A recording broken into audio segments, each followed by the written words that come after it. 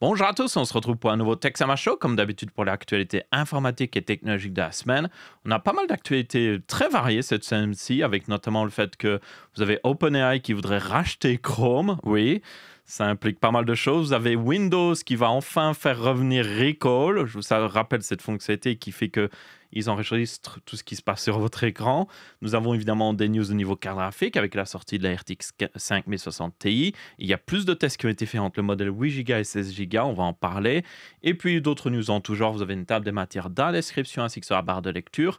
Je vous propose de commencer tout de suite. Mais justement, commençons avec la news de OpenAI qui voudrait bien racheter Chrome. Alors ça, ils aimeraient énormément, et c'est dû au fait que Chrome, ou plutôt Google, est dans une situation compliquée en ce moment où on les accuse d'être dans une position dominante. Parce que si vous avez un nouveau téléphone de chez Samsung, ou même, je sais pas moi, Apple, ou même beaucoup de marques, bien souvent, le moteur de recherche par défaut, ce sera Google. Et en plus de ça, on a aussi le fait que le navigateur par défaut, bien souvent sur beaucoup d'appareils maintenant, est Chrome. Sauf que, évidemment, Chrome appartient à Google, et en plus, ils rajoutent leur moteur de recherche dedans. C'est-à-dire qu'en plus de dominer les moteurs de recherche, ils dominent tout simplement les navigateurs qui vont utiliser ensuite leur moteur de recherche, ce qui est une position clairement dominante. Et donc, il y a de plus en plus d'efforts pour peut-être faire en sorte que Google vende justement Chrome à une autre marque, à une autre entreprise pour justement casser ce monopoly. Et donc, OpenAI est arrivé en mode « Hey, nous, si vous devez revendre, on adorerait acheter. » Et c'est dû au fait que OpenAI, ça fait longtemps qu'ils essayent de travailler plus avec Google parce que actuellement, si vous ne savez pas, OpenAI travaille beaucoup avec Microsoft et donc Bing par extension. Et Bing n'est pas le meilleur moteur de recherche. On va être très honnête. L'algorithme de Bing est juste pas le meilleur et ça se voit.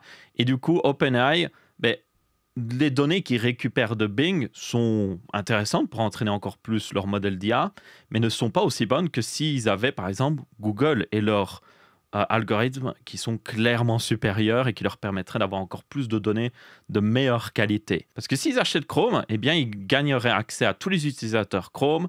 Ça leur permettrait de collecter des données et d'entraîner encore mieux leur modèle d'IA pour devenir encore plus puissant. Parce que même si OpenAI est dans une position semi-dominante, on va dire, ils ont pas mal d'utilisateurs par rapport à d'autres modèles d'IA et tout. Ils sont clairement dans une position difficile où s'ils ne font pas attention, ils pourraient vite se faire dépasser par leurs concurrents. Et donc ça leur permettrait de justement repasser un petit peu devant. Mais du coup, ça pose un autre problème parce que ChatGPT et OpenAI par extension sont techniquement les plus gros concurrents de Google. Je dirais même du moteur de recherche Google. Si vous regardez maintenant, il y a beaucoup de gens qui, au lieu d'aller sur Google pour rechercher quelque chose, vont sortir leur application ChatGPT ou vont aller sur ChatGPT directement et demander la question qu'ils auraient normalement posée sur Google. Donc le plus grand concurrent de Google à l'heure actuelle est OpenAI. Faire en sorte que OpenAI ait plus de pouvoir et accès à Chrome, oui, c'est bien pour contrebalancer la dominance de Google, mais du coup, vous mettez juste une autre entreprise à la tête, on va dire, du plus gros moteur de recherche au monde, enfin du plus gros navigateur au monde. Donc, vous remplacez un tyran par un autre, ce qui n'est pas forcément la meilleure technique selon moi. Donc, le truc, c'est que peut-être que Google va être forcé à vendre Chrome, mais si OpenAI veut racheter Chrome, il y a beaucoup de gouvernements qui seraient en mode on n'est pas si sûr que ça, on n'est pas si sûr de vous laisser l'autorisation de faire ça quand même. Mais c'est pas les seuls à vouloir racheter Chrome, parce que vous avez aussi Yahoo qui veut racheter Chrome, ce qui est assez hilarant selon moi, parce que Yahoo, c'est une entreprise qui à une époque était massive. Si vous ne savez pas, Yahoo vraiment à une époque était basiquement Google, vraiment. Ils avaient un moteur de recherche très utilisé, ils avaient aussi une plateforme très utilisée, que ce soit pour les news et tout ça. Ils étaient extrêmement populaires. Et puis, quand Google a commencé à exploser, il faut savoir que les fondateurs de Google ont proposé à Yahoo de racheter Google. Et il me semble qu'au début, ils avaient proposé genre pas grand-chose au niveau argent, genre juste quelques millions de dollars. Yahoo avait dit non, jamais la vie. Ensuite, quand Google a vraiment explosé, Google est revenu avec une nouvelle offre qui était de plusieurs milliards de dollars. Encore une fois, Yahoo a refusé et maintenant, Yahoo est l'entreprise que presque plus personne ne connaît. Franchement, moi, je croyais qu'ils avaient cessé d'exister, mais apparemment, ce n'est pas le cas. Et maintenant, Google est évidemment dominant à côté de ça. Bon, après, le truc, c'est que certainement, on va être honnête, si Yahoo avait acheté Google, Google ne serait pas connu en ce moment. Genre, ils auraient foutu en l'air Google. parce que Yahoo a foutu en l'air l'entièreté de leur entreprise. Donc, Yahoo qui rachète Chrome, pas sûr que ce soit une bonne décision, moi personnellement, même si du coup, là c'est clair, Yahoo n'est clairement pas une entreprise dominante. Donc, c'est-à-dire que s'ils rachètent Chrome, ça permettrait d'équilibrer le marché, beaucoup plus que OpenAI.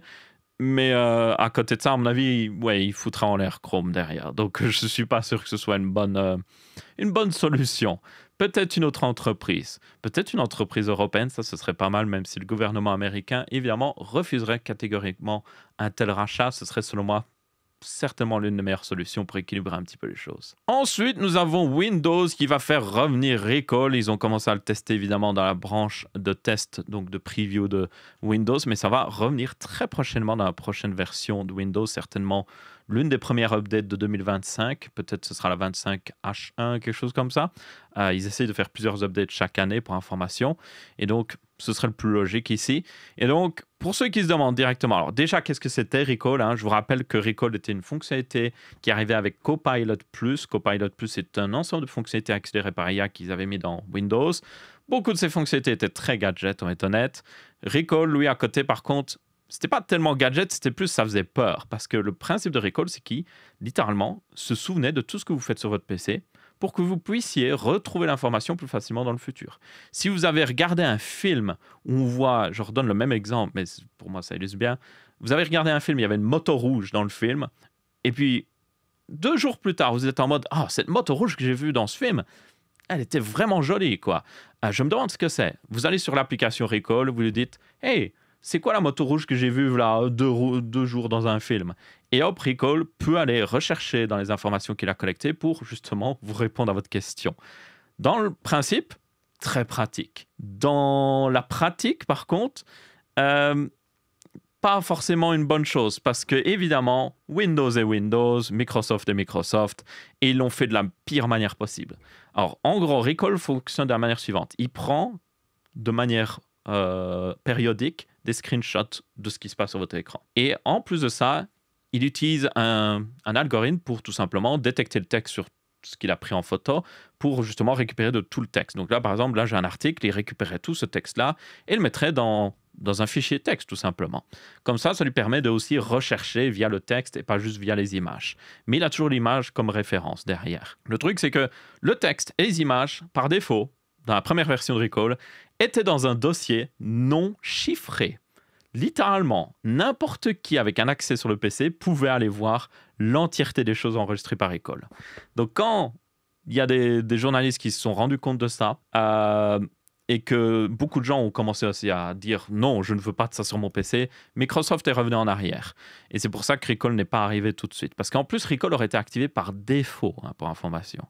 Maintenant, du coup, la nouvelle version de Recall arrive. Voilà d'ailleurs à quoi elle ressemble, un petit peu l'interface pour configurer un petit peu Recall, justement. Et directement, alors premier truc, Recall ne sera pas activé par défaut sur les PC, même compatible Copilot+. Et ça, c'est très important. Ce sera aussi activable utilisateur par utilisateur. Donc, si un utilisateur utilise Recall, un autre peut ne pas l'utiliser.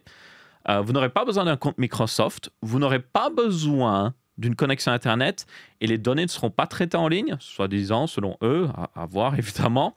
Ensuite, Recall requerra d'avoir BitLocker qui fonctionne sur votre PC. C'est-à-dire que votre PC, le disque principal devra être chiffré. Et donc, en toute logique, ça semble logique à dire, le dossier Recall sera chiffré lui aussi. Donc, vous devrez activer Windows Hello pour pouvoir accéder à justement Recall. À chaque fois que vous lancerez l'application Recall, vous devrez vous identifier avec soit une empreinte digitale, soit Windows Hello avec votre visage, ce genre de choses. Ou votre PIN, par exemple. Et du coup, ensuite, vous aurez le fait que, apparemment, Recall n'aura pas besoin d'un compte administrateur, donc c'est plutôt intéressant en réalité.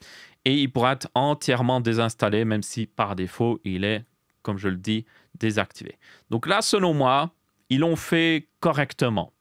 Le fait que ce soit pas activé par défaut, le fait que tout tourne en local, que ce soit chiffré, c'est la bonne chose à faire. S'ils avaient fait ça depuis le début, je pense que beaucoup moins de gens auraient été, on peut le dire, choqués par justement l'arrivée de Recall.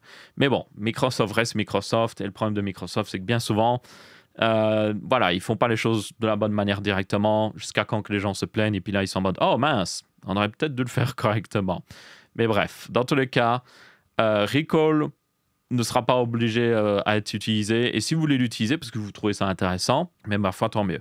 Aussi, autre chose intéressante, c'est le fait que vous pourrez rajouter des applications ou des programmes dans une blacklist qui basiquement dira à Recall, oui, si cette application est en avant-plan, je suppose, tu peux pas prendre de screenshot, tu peux pas collecter d'informations. Ce qui peut être important pour, par exemple, je sais pas moi, des informations privées pour des programmes professionnels. Si vous avez Excel de lancer avec, je sais pas moi, un fichier Excel avec des données très importantes pour vos entreprises, ben, ça semble logique, il ne doit pas le collecter. Bon, il y a aussi d'autres personnes, à mon avis, qui vont l'activer pour leur navigateur, peut-être en navigation privée, mais ça, c'est encore un autre sujet. Bref, dans tous les cas, vous pourrez rajouter des programmes dans la blacklist pour éviter qu'ils collectent des informations sur certains de ces programmes. En toute logique aussi, ce serait bien qu'ils ne fassent pas aussi quand vous faites tourner un jeu, parce que prendre des screenshots de mon jeu pendant que je joue, je vois pas trop l'intérêt. Ça va juste ralentir le jeu peut-être. Mais bon, dans tous les cas, maintenant, selon moi, Recall est fait correctement. Maintenant, il faudra juste le tester. Il faudra vraiment voir si ça tourne en local. Et surtout, s'il n'y a aucune information qui est envoyée à Microsoft. Parce qu'il y a toujours des trucs de télémétrie Microsoft. Peut-être que d'une manière ou d'une autre, ils envoient quand même des informations. Et c'est ça que moi, j'ai un peu plus peur. Parce qu'évidemment, ça semble logique. Avoir un programme qui peut voir littéralement tout ce que vous faites sur votre PC en permanence, c'est pas le meilleur niveau sécurité. Maintenant, on va être honnête, le truc c'est que la plupart des gens, 90% des gens, la plupart des choses qu'ils font sur leur PC, c'est via un navigateur. Et on revient à Chrome. Hein. Si vous êtes Google et vous contrôlez Chrome, vous avez déjà l'équivalent de Recall. Littéralement, vous avez accès à tout ce que font les gens sur leur navigateur.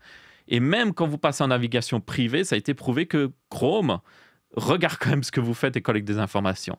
Donc, si vous êtes offusqué par Recall et même la version corrigée de Recall, dites-vous que Google et les autres navigateurs, par la même occasion, notamment Opera qui fait énormément de pubs, hein, Opera JX a plein de trackers dedans. Donc, ils font la même chose que Recall.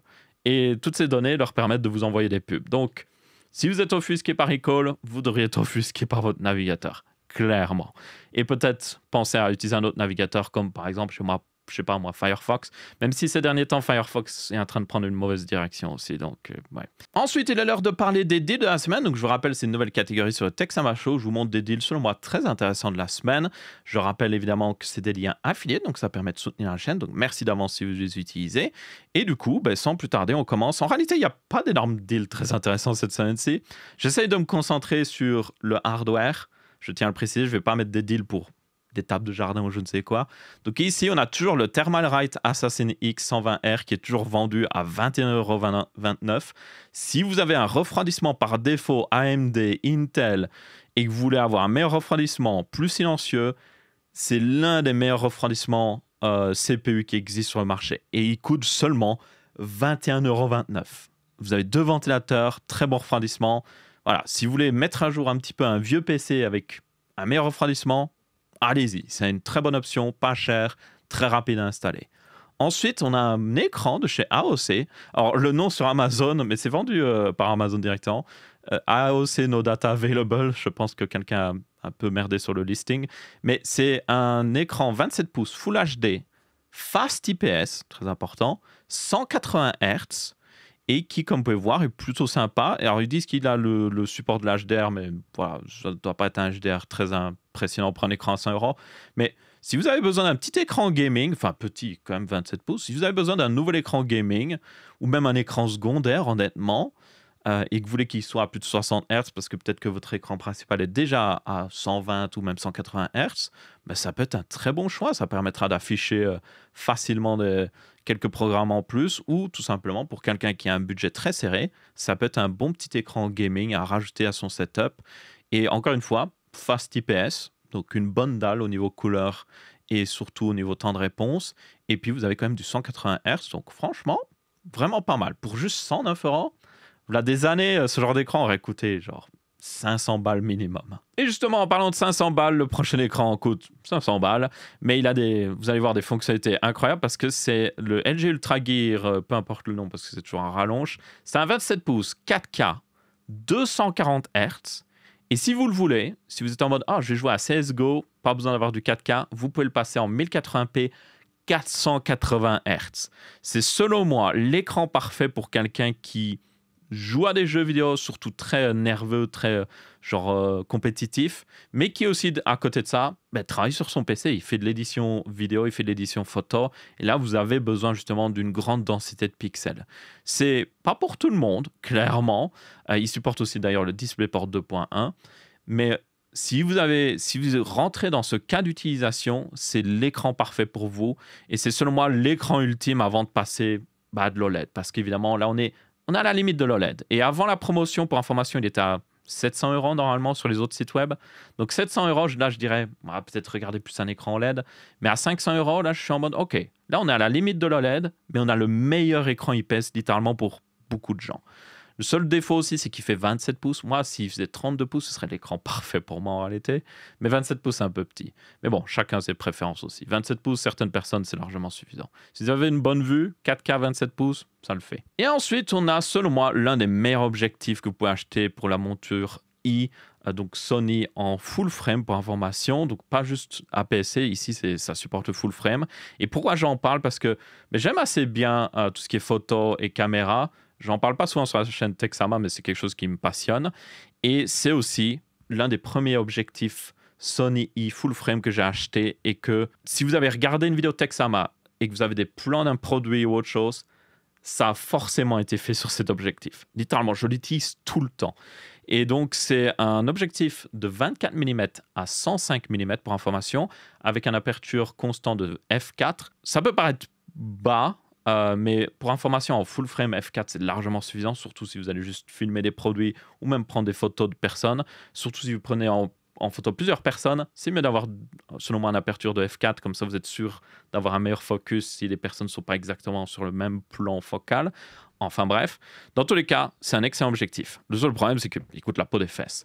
Mais là, déjà, il est en promotion à 694 €. Il y en a qui vont être en mode « Oh, c'est cher ».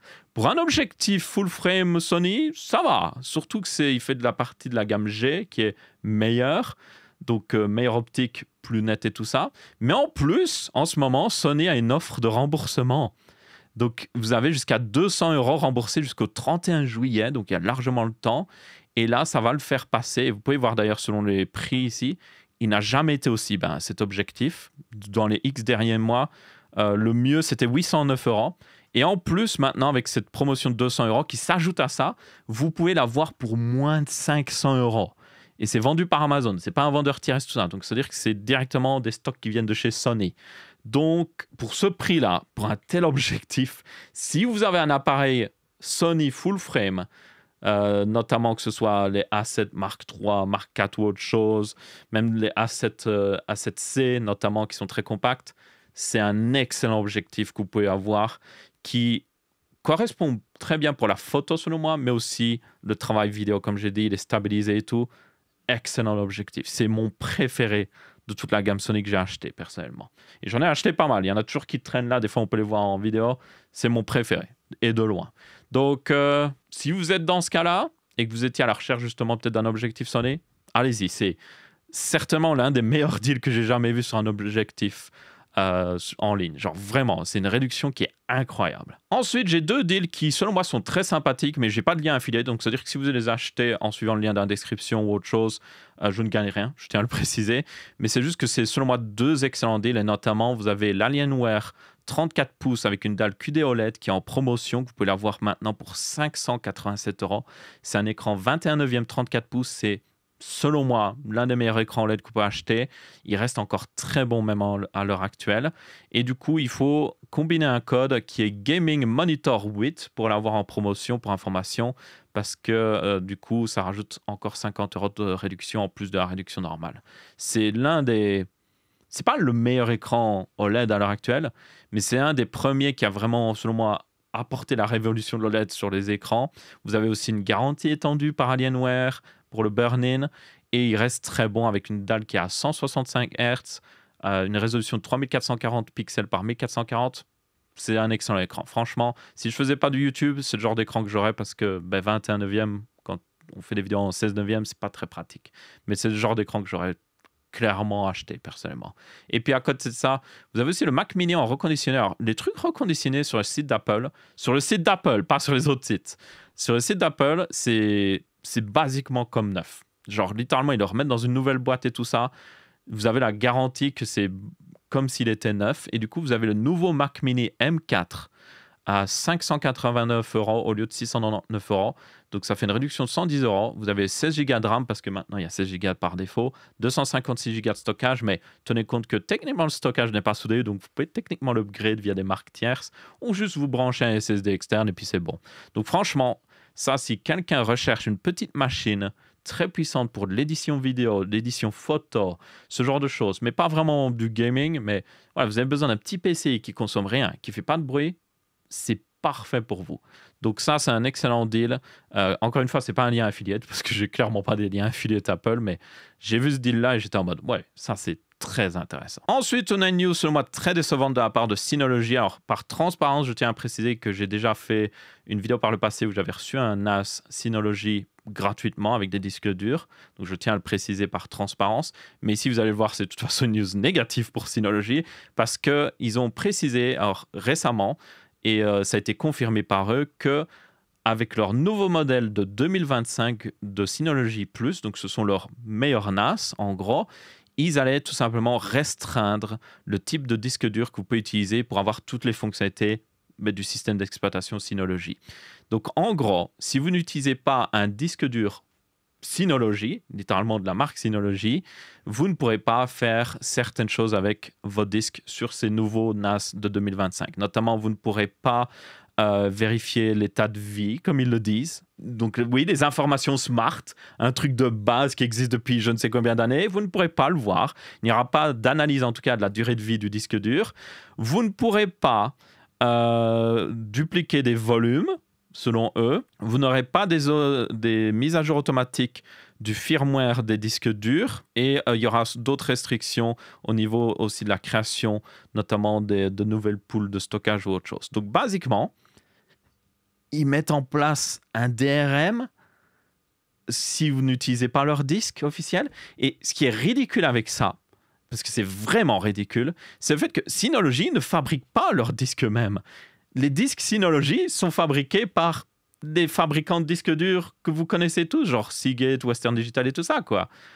Donc, ils restreignent ce genre de fonctionnalité, on peut le dire de base, sur des disques qui sont selon eux non officiels, alors qu'aussi bien, c'est exactement les mêmes disques. Donc, par exemple, un exemple que j'avais vu, c'est qu'ils utilisent certains disques Synology de 8 Tera, il me semble, basiquement, c'est des Toshiba T300, si je me souviens bien du nom. Et Synology les vend genre 200 €, alors que Toshiba, les 8 Tera en T300 coûtent genre 180 €. Donc, c'est-à-dire que juste parce qu'il y a la marque Synology dessus, 20 € en plus. Et du coup, maintenant, en plus de ça, oui, certaines fonctionnalités, alors que c'est exactement le même disque, il y a juste une marque en plus dessus, certaines fonctionnalités seraient totalement inaccessibles. Et le plus ridicule encore là-dedans, parce qu'on va encore plus loin, c'est que certaines personnes ont déjà testé. Si vous créez au préalable une pool, donc un nouveau volume avec des disques non supportés officiellement, sur un ancien NAS, donc, et puis après vous l'importez sur un nouveau NAS de 2025, les fonctionnalités marcheront quand même. Donc c'est purement logiciel, c'est purement du DRM. Et ça n'a aucun sens d'exister. C'est vraiment Synology qui dit littéralement, oui, on va restreindre ce que vous pouvez faire avec vos propres disques sans aucune raison parce qu'on veut juste faire plus d'argent. Il n'y a aucune autre raison. Et ça, c'est l'exemple parfait d'une marque qui est devenue tellement grosse qu'au lieu d'innover, maintenant, ils ont décidé de tout simplement restreindre les gens pour se faire encore plus d'argent. Et ça, c'est franchement honteux, surtout en ce moment où il y a de plus en plus de concurrence au niveau NAS. Il y a de plus en plus de logiciels NAS qui sont très faciles à utiliser. Ça n'a jamais été aussi facile de faire son propre NAS custom. Et ils font ce genre de choses qui vont littéralement leur coûter des parts de marché. Genre, il y a des gens, ils vont voir ça, ils sont en mode « Non, je n'achète pas un NAS Synology ». Et quand vous le regardez, même sur le marché à l'heure actuelle, au prix, les NAS Synology sont toujours plus chers. Mais ils avaient toujours cette réputation de qualité. Puis ils avaient un logiciel NAS qui est plutôt facile à utiliser, plutôt complet. C'est pour ça que personnellement, moi, j'aime assez bien Synology. Mais maintenant, en plus d'être plus cher que la concurrence pour la même chose, ils font ça, quoi. Donc, franchement, c'est honteux. Il n'y a pas d'autre manière de le dire. C'est honteux, Synology. Vous devrez vraiment avoir honte. Et j'espère que vous allez revenir en arrière parce que ça n'a aucun sens. Surtout pour des fonctionnalités telles que juste calculer l'espérance de vie d'un disque. C'est juste, ça utilise des informations smart. Ou même juste, oui, dupliquer des volumes, autre chose. Ça n'a aucun sens qu'on ne puisse pas faire ça avec un disque non supporté, comme ils le disent. C'est juste ridicule. Donc, ma foi, honte à vous, Synology. Ensuite, on a une news qui concerne les drivers NVIDIA, parce que ces derniers temps, NVIDIA, il faut le dire, a un peu fait n'importe quoi sur leurs drivers. Que ce soit des problèmes, notamment de crash sur les RTX 4000, avec les nouveaux drivers qui supportent les RTX 5000. Vous avez le fait aussi qu'il y avait des écrans noirs sur les RTX 5000. Ça a été finalement réglé. Et plus récemment aussi, vous avez eu un nouveau driver qui faisait en sorte que la sonde de température principale, qui indiquait la température du GPU, ne s'updatait pas. Donc le GPU, et ça je l'ai eu personnellement sur un PC, justement la semaine dernière, où la sonde de température restait à 35 degrés par exemple. Donc elle restait à la température de quand vous avez booté le PC, ou que quand vous avez éteint le PC la dernière fois. Et des fois ça arrivait après le mettre en veille, mais moi ça le faisait même après un démarrage clean. La sonde de température n'était pas update.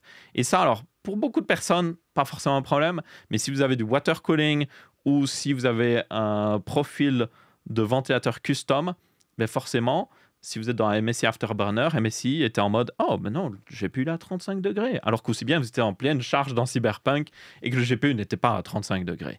Mais c'est juste pour illustrer, selon moi, un assez gros problème ces derniers temps, c'est le fait que les drivers NVIDIA sont un peu bancals. Au point même que c'est assez ironique parce que il y a encore des gens maintenant qui disent « Oh, les drivers AMD, ils sont buggés et tout le tralala ».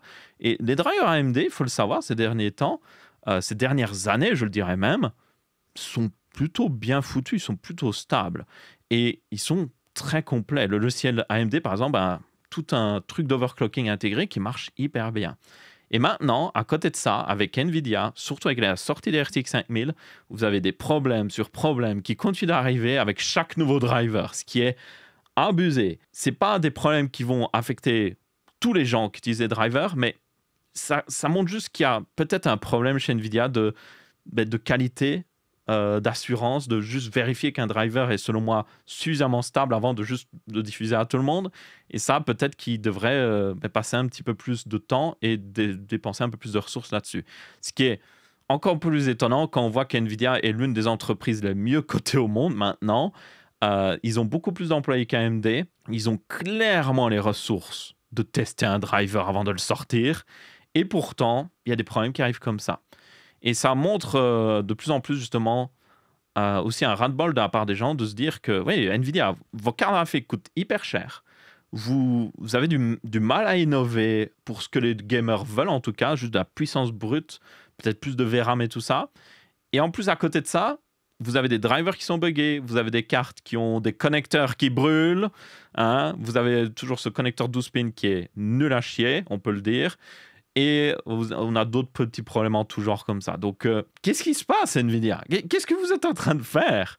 Vous savez pas juste vous poser un petit peu? C'est pas grave d'être en mode, OK, au lieu de sortir la carte, une nouvelle carte, ce mois-ci absolument, on va peut-être repousser le lancement au mois prochain. Et juste, on va tester un peu plus de drivers. On va mettre un petit peu plus de personnes pour s'assurer que tout va bien. Et aussi que la carte n'a pas de problème. Ça ne ferait pas de mal, clairement. Donc, il y a une vidéo notamment de Jace Toussaint là-dessus. Vous avez eu beaucoup de vidéos de aussi Gamer Nexus. Et encore une fois, personnellement, moi, j'ai eu le problème de la sonde de température. Et j'ai eu aussi le problème de l'écran noir. Sur la RTX 5000 ici, 90, j'ai encore eu récemment, en changeant des paramètres graphiques, mon écran secondaire est devenu noir et il n'est jamais revenu. Et en rechangeant les paramètres graphiques dans Windows, parce que j'avais heureusement un deuxième écran, il est enfin revenu. Donc, il y a clairement des problèmes. Je ne sais pas ce qui se passe avec NVIDIA, mais on espère mieux d'une entreprise qui est littéralement l'une des mieux cotées au monde. Vous avez les ressources NVIDIA, bougez-vous un petit peu les fesses à sortir des produits qui font vraiment 100% fonctionnels et qui n'aient pas des petits problèmes comme ça qui selon moi, ne devrait même pas exister, quoi. Et maintenant, vous avez Igor's Lab qui a fait des tests et ils ont remarqué que tout simplement, le PCB d'une carte, même pas Founder Edition, ou les Founder Edition, oui, le PCB est très petit. Ici, on parle d'un modèle de chez PNY et aussi de Palette, et même pas des énormes modèles. On parle ici d'une PNY 5070 OC et d'une Palette 5080 Gaming Pro, qui est censé être un meilleur modèle. Et du coup, comme vous pouvez voir, l'image thermique ici indique que le PCB, à certains endroits, atteignait plus de 80 degrés, ce qui est pas forcément la meilleure chose. Alors, le PCB d'une carte graphique, d'une carte mère, même d'un appareil électronique, va forcément chauffer. Une partie de la chaleur qui est générée par les puces mémoire, même le GPU, finit dans le PCB, et le PCB, même s'il n'est pas le meilleur à se débarrasser de cette chaleur, finira par s'en débarrasser petit à petit. Donc, avoir un PCB qui tourne à 60, même 70 degrés, c'est pas si étonnant que ça, surtout sur un GPU haute performance qui est un PCB assez petit. Mais commencer à avoir des températures qui dépassent largement les 80 degrés, là, c'est beaucoup plus problématique. Et ça met juste, selon moi, en valeur le fait de se dire que est-ce que vraiment les PCB ont besoin d'être si petits que ça? Je sais que ça, c'est bien, ça permet de faire une carte qui a un énorme... Voilà, à l'arrière, vous pouvez voir que le radiateur est entièrement disponible pour que l'air puisse passer. Mais regardez, par exemple, le connecteur ici sort. Et comme le connecteur prend la place pour sortir, on voit même que le refroidissement dépasse. Est-ce qu'ils n'auraient pas pu rendre le PCB un peu plus haut, un peu plus profond, espacer un petit peu plus les composants sur le PCB, notamment l'étage d'alimentation, et faire en sorte que ce soit mieux refroidi? Et tenez compte que certainement ce PCB-là, il y a de fortes chances que ce soit un PCB de référence. C'est-à-dire que c'est un PCB que Nvidia a dit « Ok, oui, ça c'est le PCB qu'on recommande si vous voulez faire une carte custom, basiquement. » C'est différent du PCB Founder Edition, qui là encore, c'est tout un autre sujet pour information.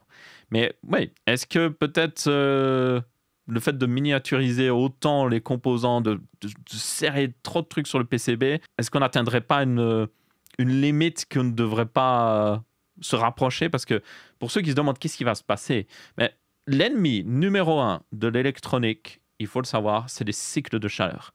Votre PC, vous l'allumez, il chauffe. Le métal, quand il chauffe, il prend plus d'espace, il augmente en volume. Alors, évidemment, sur des soudures et des composants informatiques, c'est minuscule, hein, c'est juste très léger, ce changement de volume. Mais ça se fait. Et puis, quand vous éteignez votre PC, ça se rétracte à nouveau, le métal. Il prend moins d'espace. Et du coup, vous faites ça pendant des dizaines et des dizaines de jours, des dizaines et des dizaines de semaines, des dizaines et des dizaines de mois. Chauffer, refroidir. À force, à un moment, ça va craquer la soudure. Donc là, le problème, c'est que le cycle de chaleur est encore plus intense. Si le PCB monte encore plus haut, toutes ces micro-soudures sont sujets à une différence de température encore plus importante entre la charge et juste « Oh, j'ai éteint mon PC pour la nuit » et là, il refroidit à la température ambiante. Et donc, ça pourrait réduire la durée de vie de ces composants. Donc, j'ai juste envie de dire... Encore une fois, est-ce qu'on a besoin que les PCB soient si petits que ça? Et surtout si je sais que ça permet d'améliorer le refroidissement, d'avoir le fait que l'air puisse passer à travers ici. Hein. Mais là, c'est assez ouvert. Mais il y a des cartes, même si le PCB s'arrête au milieu, l'arrière de la carte reste même obstrué. Et même chez AMD, c'est le cas. Je pense notamment ici à cette 7900 XTX. Si vous regardez le PCB... le PCB finit ici, avec mon doigt là, mais vous voyez que là, même si le radiateur va plus loin, c'est assez obstrué. Il y a beaucoup de cartes comme ça chez Nvidia aussi, où le PCB s'arrête beaucoup plus tôt, mais il continue d'obstruer derrière sans aucune raison. Donc peut-être faire des PCB de référence un petit peu plus raisonnables, un petit peu plus grands, espacer un petit peu plus ses composants, et éviter de trop miniaturiser les choses comme ça, ou peut-être commencer à mieux refroidir aussi encore les VRM, parce que si les VRM étaient mieux refroidis, peut-être mieux refroidis aussi depuis l'arrière du PCB avec une backplate qui est actuellement connectée au niveau thermique. Parce qu'il y a des backplates sur des cartes graphiques, elles ne sont pas connectées, c'est juste décoratif. Hein. Il n'y a aucun pad qui permet de transférer la chaleur des composants depuis l'arrière du PCB vers cette backplate. Et ça, c'est assez ridicule. Quitte à mettre une backplate en métal, mettez quelques pads thermiques, même si ça enlève 1 degré au PCB, c'est toujours 1 degré. Autant utiliser cette surface en métal qui sert à rien sinon. Donc, ouais, peut-être qu'on atteint, selon moi, un niveau d'optimisation PCB, de taille et tout ça qui est peut-être un peu trop abusé, qu'on devrait juste se dire, OK, de toute façon, la carte physiquement est beaucoup plus grosse. Rendons le PCB juste un peu plus grand, espaçons un petit peu les choses et faisons en sorte que et on n'est pas des composants qui surchauffent. Ensuite, on a évidemment la RTX 5060 Ti qui est sortie. J'ai fait une vidéo dessus si vous ne l'avez pas vue. Le résumé pour moi, c'est qu'elle était 13 à 15% plus rapide qu'une 4060 Ti, ce qui est à peu près la même chose qu'on a vu sur la plupart des 5000 jusqu'à maintenant, que ce soit la 5080, 5070 Ti. Elles faisaient à peu près la même chose, toutes, 15% par rapport à leurs prédécesseurs. La seule qui n'a pas fait ça, évidemment, c'était soit la 5090 qui était beaucoup plus performante, mais beaucoup plus chère, ou alors la 5070 qui faisait genre 5% mieux qu'une 4070 Super, mais ça, voilà. 4070... la 5070, c'est certainement la pire RTX 5000 à l'heure actuelle. Mais du coup, cette 5060 Ti, au moins faisait mieux. Mais après, elle faisait mieux par rapport à une 4060 Ti qui n'avait pas forcément fait beaucoup mieux que la 3060 Ti qu'elle remplaçait. Et c'est ça le problème seulement avec cette 5060 Ti, c'est qu'on aurait dû avoir un plus gros gain que ça encore. Et surtout, nous avons le débat du 8 Go versus 16 Go, parce que tous les reviewers ont eu un modèle 16 Go, et il semblerait qu'NVIDIA mette plus en avant le modèle 16 Go, mais ils ont quand même fait un modèle 8 Go. Et c'est ça le problème, parce que vous devez bien vous en douter. Les intégrateurs PC, notamment dans les magasins et tout ça, quand ils vont mettre « nouveau PC gaming avec une 5060 Ti », vous pensez que ça va être le modèle 16 Go? Non, ça va être le modèle 8 Go. Donc il y a beaucoup de gens qui vont se choper des modèles 8 Go sans même s'en rendre compte, parce que il y a des intégrateurs PC qui vont être peu scrupuleux, on peut le dire, et juste mettre le modèle 8 Go pour économiser littéralement 50 balles. Et derrière, ça va poser des problèmes. Et donc, du coup, vous avez Hardware Unbox qui a fait une comparaison entre la 5060 Ti 8 Go et le modèle 16 Go. Donc là, on a vraiment une comparaison entre les deux nouvelles cartes que vous aurez. Et ce qui a été trouvé, c'est que, il y a clairement des problèmes avec le modèle 8 Go sur pas mal de jeux. Et ça va être des problèmes qui vont être de plus en plus présents sur de nouveaux jeux. Donc, on a les problèmes de... quand vous manquez de VRAM, notamment, vous allez avoir des textures qui ne chargent pas aussi bien, qui restent très floues. Là, c'est horrible, franchement, regardez ça. Sur Space Marine 2, qui est plutôt récent, il y a une énorme différence ici. Même chose encore ici, comme vous pouvez voir. Il y a juste des textures qui vont pas charger tout de suite parce qu'il n'y a juste pas assez de VRAM. Et ça, c'est la manière la plus gracieuse de le faire, on va dire, parce que c'est juste un problème visuel. Mais vous allez avoir aussi des jeux où, si vous manquez de VRAM, le FPS moyen va juste chuter. Donc là, vous pouvez voir Horizon Forbidden West en 4K avec DLSS en mode performance, en Very High. Vous pouvez voir que là, le jeu sur le modèle 8 Go tourne à 16 FPS de moyenne comparé aux 68 FPS sur le modèle 16 Go. Et je rappelle qu'à part la quantité de VRAM, ces deux cartes sont exactement les mêmes. Même nombre de coups d'accord, même fréquence, c'est exactement les mêmes. Ils ont même pris, comme vous pouvez voir, deux modèles Prime. Donc, aucune excuse ici derrière de... Par le passé, il faut le savoir, NVIDIA, des fois, entre la GTX 1060, 3 Go et 6 Go, il n'y avait pas juste une différence de VRAM. Il y avait des différences au niveau spec même. Ici, ce sont exactement les mêmes specs. Et vous pouvez voir des énormes différences comme ça. Mais dans certains jeux... là, ils ne l'ont pas vraiment illustré. Là, on le voit un petit peu en réalité, mais moi, c'est ce que j'ai aussi remarqué, c'est que des fois, le FPS moyen paraît bon. Vous dites, sur un modèle, c'est 60 FPS moyen et sur l'autre, c'est 58, donc ça va. Mais ce qu'on ne voit pas, c'est les 1% low. Les 1% low, c'est vous prenez 100% des FPS et puis vous prenez les 1% qui sont les pires, ceux qui ont pris le plus de temps à être rendus. Ceux qui posent réellement problème. Et ça vous montre vraiment l'expérience de jeu. Notamment, si vous avez beaucoup joué à Hogwarts Legacy, là, je parle à ceux qui ont joué beaucoup à Hogwarts Legacy sur PC, est-ce que vous n'avez pas senti que le jeu, des fois, manquait de fluidité alors que votre FPS moyen était à 60-80 FPS?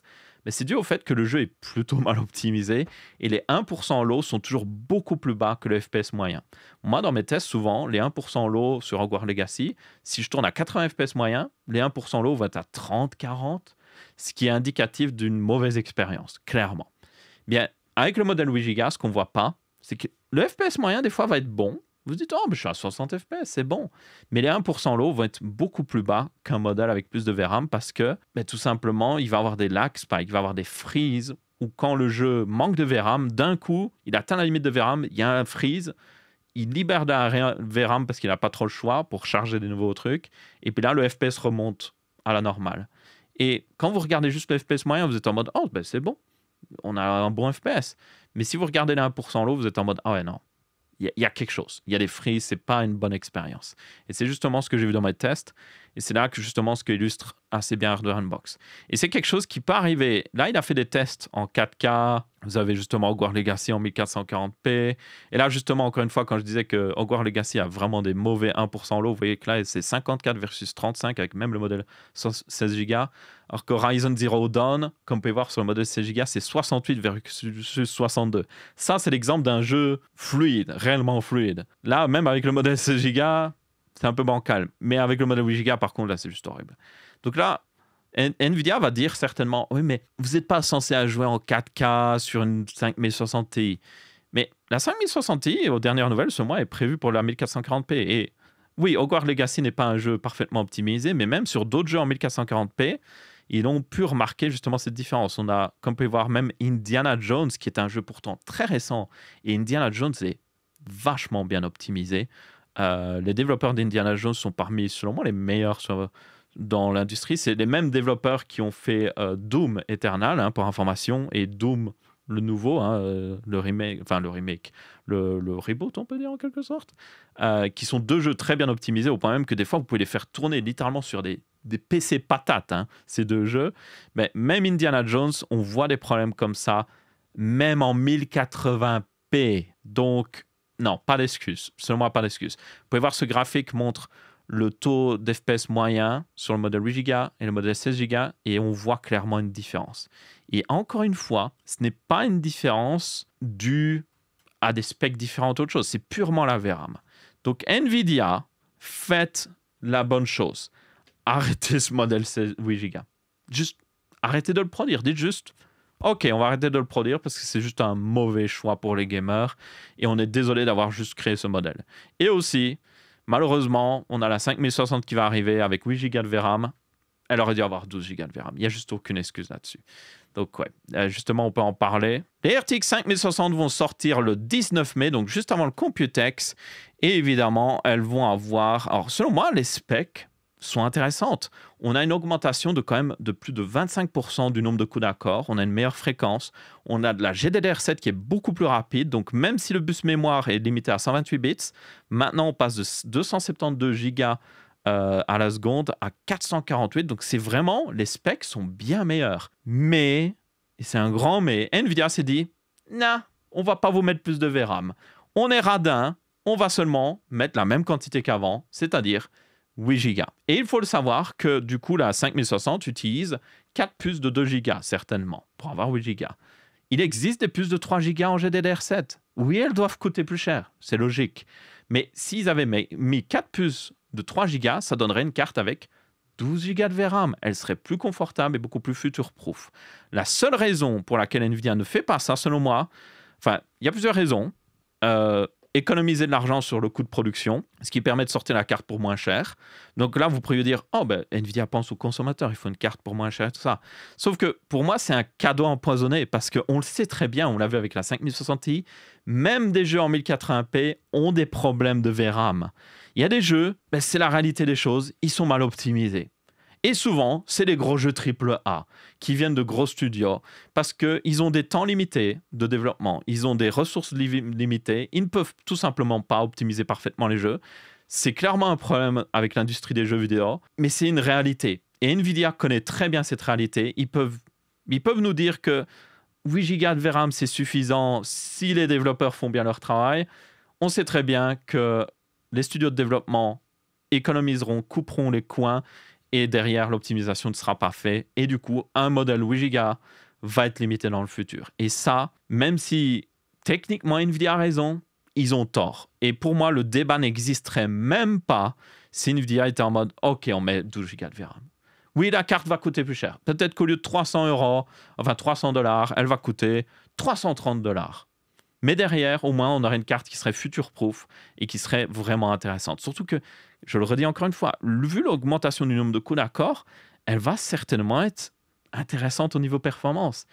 Mais dans certains cas, elle va juste s'effondrer à cause de ces 8 Go de VRAM. Et c'est ça qui est décevant. Mais ça, c'est la première raison de « Oh, oui, ils veulent faire en sorte que le coût soit moins important. » Mais on peut être aussi cynique, on peut donner des raisons beaucoup moins, on va dire, louable. On peut juste dire que c'est de l'obsolescence programmée. Nvidia sait très bien que 8 Go de VRAM, c'est pas suffisant, surtout vu l'industrie du jeu vidéo à l'heure actuelle. Et du coup, ben, en faisant ça, ils savent très bien que dans 3-4 ans, leur 5060, même si elle est plutôt puissante, elle est tellement limitée au niveau de la quantité de VRAM que ça va s'effondrer dans les nouveaux jeux AAA. Et du coup, les gens se diront « Oh, ma carte, elle lag. Bon, ben, je vais en acheter une nouvelle. » Et du coup, au lieu d'en acheter une au bout de 5 ans, ils vont l'acheter au bout de 3 ans. Et donc là, Nvidia, tching, forcément, se fait plus d'argent. Autre truc cynique qu'on peut dire, c'est le fait que Nvidia limite la quantité de VRAM parce que ils savent très bien que s'ils mettent beaucoup de VRAM sur cette carte, ça permettra à des gens de juste prendre cette carte-là pour faire tout ce qui est IA, je sais pas moi, du LLM, de la génération d'images plus facilement au lieu de devoir prendre une 5070 16 Go. Et donc, ça permettra à ces gens-là d'accéder à ces capacités on va dire, de production d'IA pour moins cher. Et donc là, encore une fois, Nvidia en mode, ah non, on va pas vendre un produit moins cher qui est suffisant pour les gens. Faisons en sorte que la quantité de VRAM soit limitée. Comme ça, ils sont obligés de prendre un plus gros produit. Ils sont obligés de prendre une 5060 avec 16 Go qui coûte plus de 100 € plus cher. Et derrière, nous, on se fait plus d'argent. Et du coup, c'est bon pour nos résultats financiers. Donc ça, encore une fois, je le dis, c'est clairement l'argument cynique, si on voit mal les choses. Mais dans tous les cas, même si selon moi, vous ne prenez pas cet argument plutôt cynique de dire que Nvidia essaie de maximiser les profits, c'est juste mauvais pour les gamers. C'est juste mauvais pour l'industrie d'avoir des modèles 8 Go pour une carte graphique qui coûte plus de 300 €. Cette 5060 serait certainement une excellente carte s'il avait 12 Go de VRAM. Elle serait future-proof, elle serait très puissante et elle conviendrait à beaucoup de gens, vraiment. Mais le choix d'NVIDIA de mettre seulement 8 Go de VRAM va juste détruire l'intérêt de cette carte pour beaucoup de gens, ou en tout cas, va le détruire sur le long terme. C'est un cadeau empoisonné, comme je le dis. On croit qu'elle est beaucoup plus puissante. Dans les tests, on verra dans des jeux, elle sera hyper puissante par rapport à la 4060. Elle sera certainement plus de 25% plus rapide, parce qu'elle a 25% de code d'accord en plus. C'est juste logique qu'elle sera plus rapide. Elle a une meilleure bande passante grâce à la GDDR7. Mais, et c'est un grand mais, dans les derniers jeux AAA qui vont commencer à arriver de plus en plus, chaque année, il va y en avoir de plus en plus qui demanderont plus de VRAM et ce sera de plus en plus une mauvaise expérience pour les possesseurs justement de cartes qui ont 8 Go de VRAM. Et du coup, Nvidia, c'est de votre faute. Même si l'industrie est techniquement responsable en partie, vous auriez pu éviter cette situation en mettant juste 12 Go de VRAM. C'était une décision simple. Oui, la carte aurait coûté un peu plus cher. Ou peut-être que vous auriez dû réduire un petit peu votre marge sur la carte. Ce que vous auriez pu faire, selon moi, vu à quel point les 4060 et 4060 Ti n'étaient pas intéressantes la fois dernière et que vous avez fait des bonnes marges dessus. Voilà, vous auriez pu vous dire, OK, on va vraiment offrir quelque chose aux gamers ici.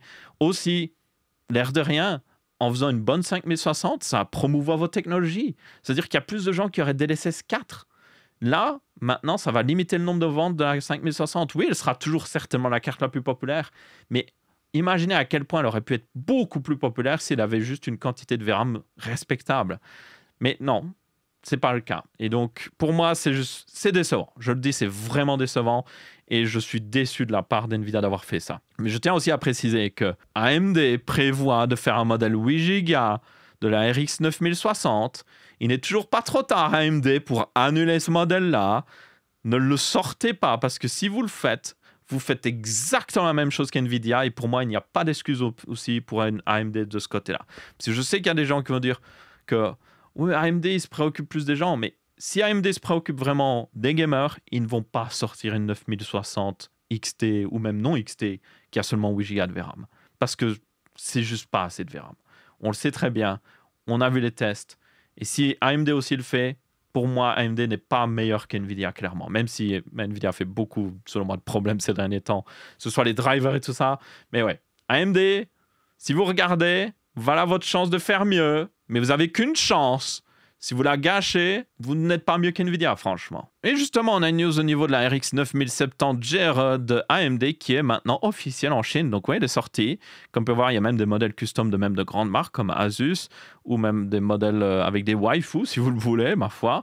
Et donc, c'est une carte qui est officielle, mais que pour le marché chinois, elle serait, pour information, 6% plus rapide qu'une 7900 GRE, ce qui, pour une carte qui concurrencerait notamment 5060 Ti, serait parfait.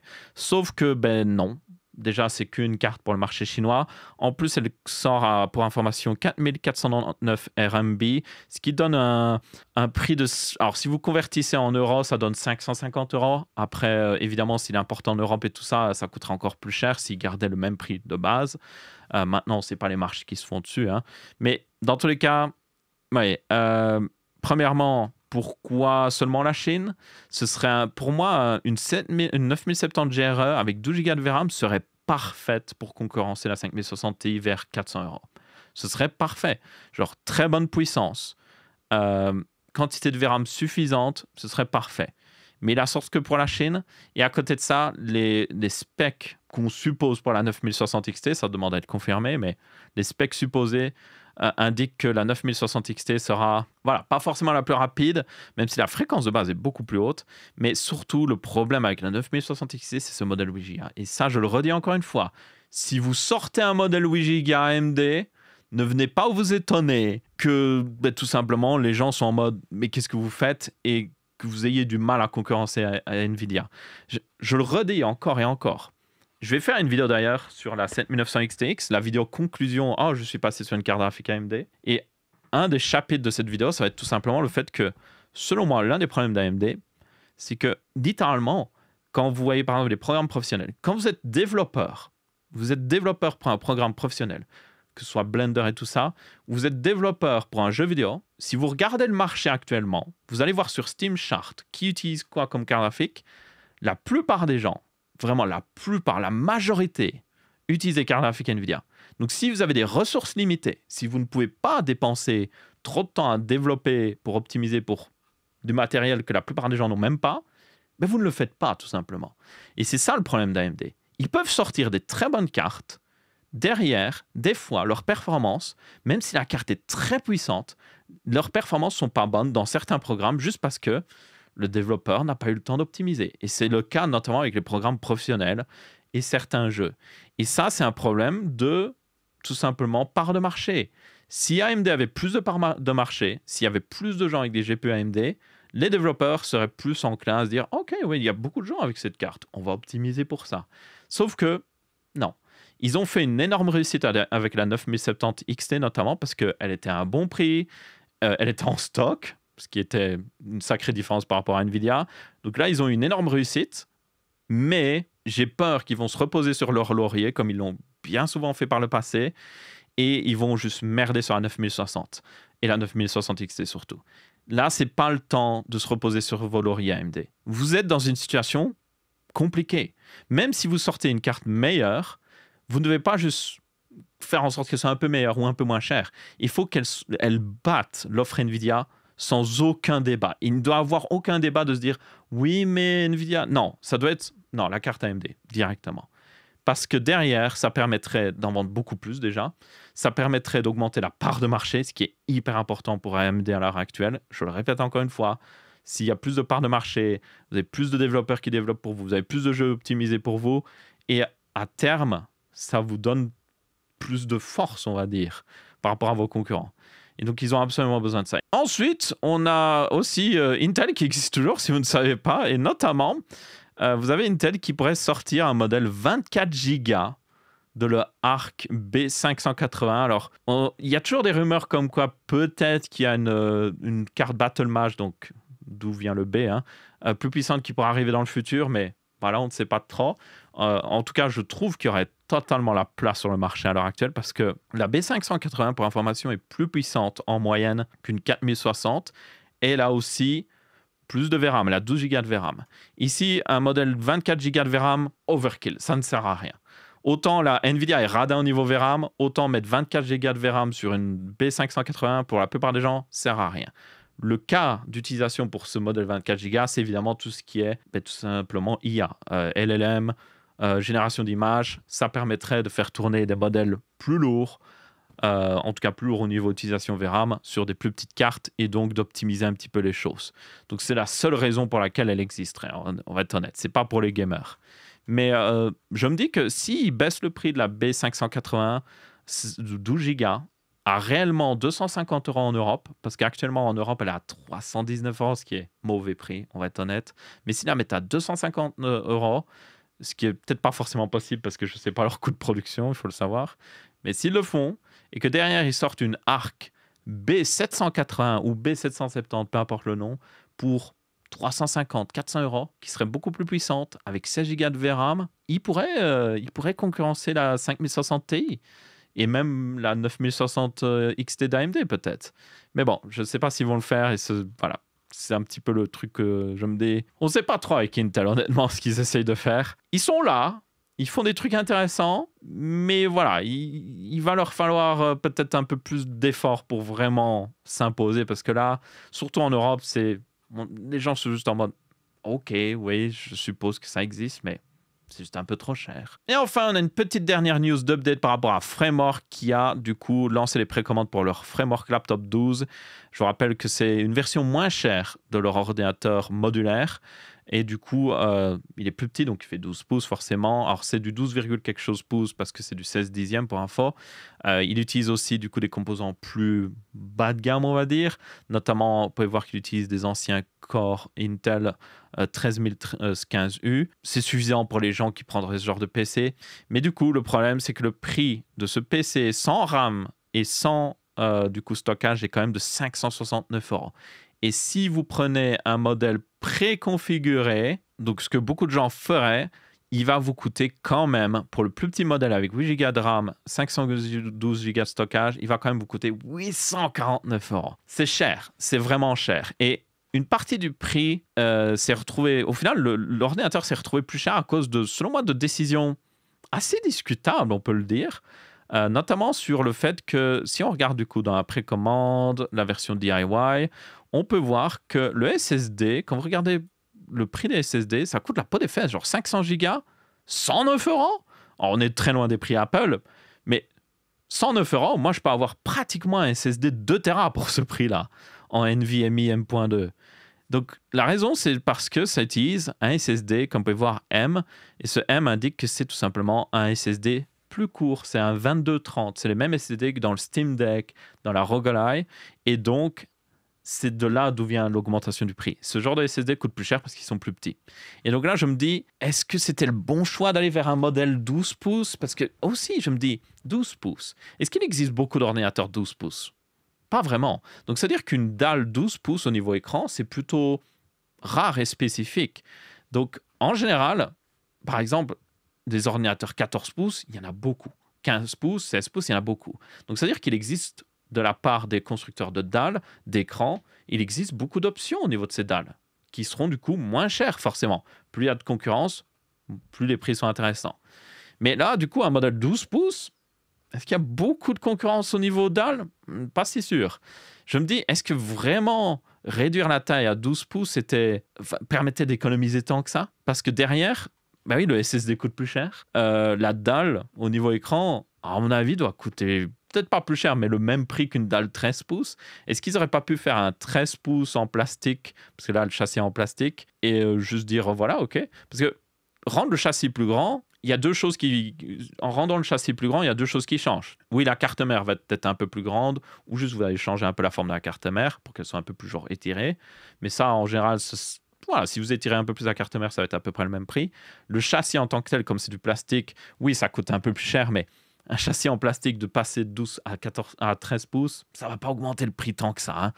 Et à côté de ça, le clavier il peut faire la même taille, le trackpad fait la même taille. Et le seul truc qui change de taille, c'est l'écran. Et encore une fois, là, je le dis, mais il y a plus d'options de dalles en 13 pouces, à mon avis, qui existent et qu'ils auraient pu juste utiliser, en fait.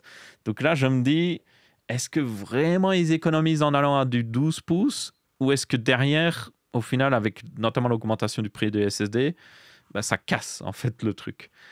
Pour moi, cet ordinateur a été fait pour les écoles. Il a clairement été fait pour les écoles. Et s'ils en vendent 1000 pour 500 euros pièce, oui, il y a beaucoup d'écoles qui seraient intéressées par ce genre d'ordinateur 100% réparable parce que si un élève le casse, c'est très facile de le réparer. Et ça, c'est bien pour justement ce genre d'établissement pour économiser sur le long terme. Mais pour monsieur tout le monde, franchement, je ne suis pas convaincu. C'est beaucoup trop cher pour ce que c'est. Et même si c'est entièrement réparable, c'est tellement cher en fait que vous pouvez juste soit acheter le framework 13 pouces, une ancienne édition. Vous pouvez acheter vraiment une une des premières éditions avec les premiers Core Intel, qui sera moins cher du coup, et qui du coup sera meilleur, un châssis en métal, donc meilleur châssis, plus grand, vous pouvez mettre des SSD full taille. Je pense réellement vous pouvez faire un 13 pouces pour moins cher que ce 12 pouces neuf, ce qui est abusé. Et puis derrière, à côté de ça, vous avez aussi d'autres marques qui vendent toujours des ordinateurs portables. Oui, ils ne sont pas modulaires, vous ne pouvez pas les réparer entièrement et tout ça, mais je pense que vous pouvez, pour 500 € surtout, vous pouvez trouver pas mal d'ordinateurs de marques connues qui seront plus puissants, qui auront des meilleurs specs. Et oui, peut-être que ce sera compliqué de trouver une batterie pour remplacer la batterie, mais vous payez tellement moins cher l'ordinateur que, au final, je pense que vous allez vous en sortir au niveau financier. Donc, malheureusement, j'adore le principe de framework, mais là, c'est mauvais comme prix. Et du coup, c'est à peu près tout pour ce Texama Show aussi. J'espère que vous avez bien apprécié. Si c'est le cas, vous pouvez laisser un pouce bleu. Si ce n'est pas le cas, vous pouvez laisser un pouce rouge. On se retrouvera pour une prochaine vidéo. Je vous dis ciao, ciao.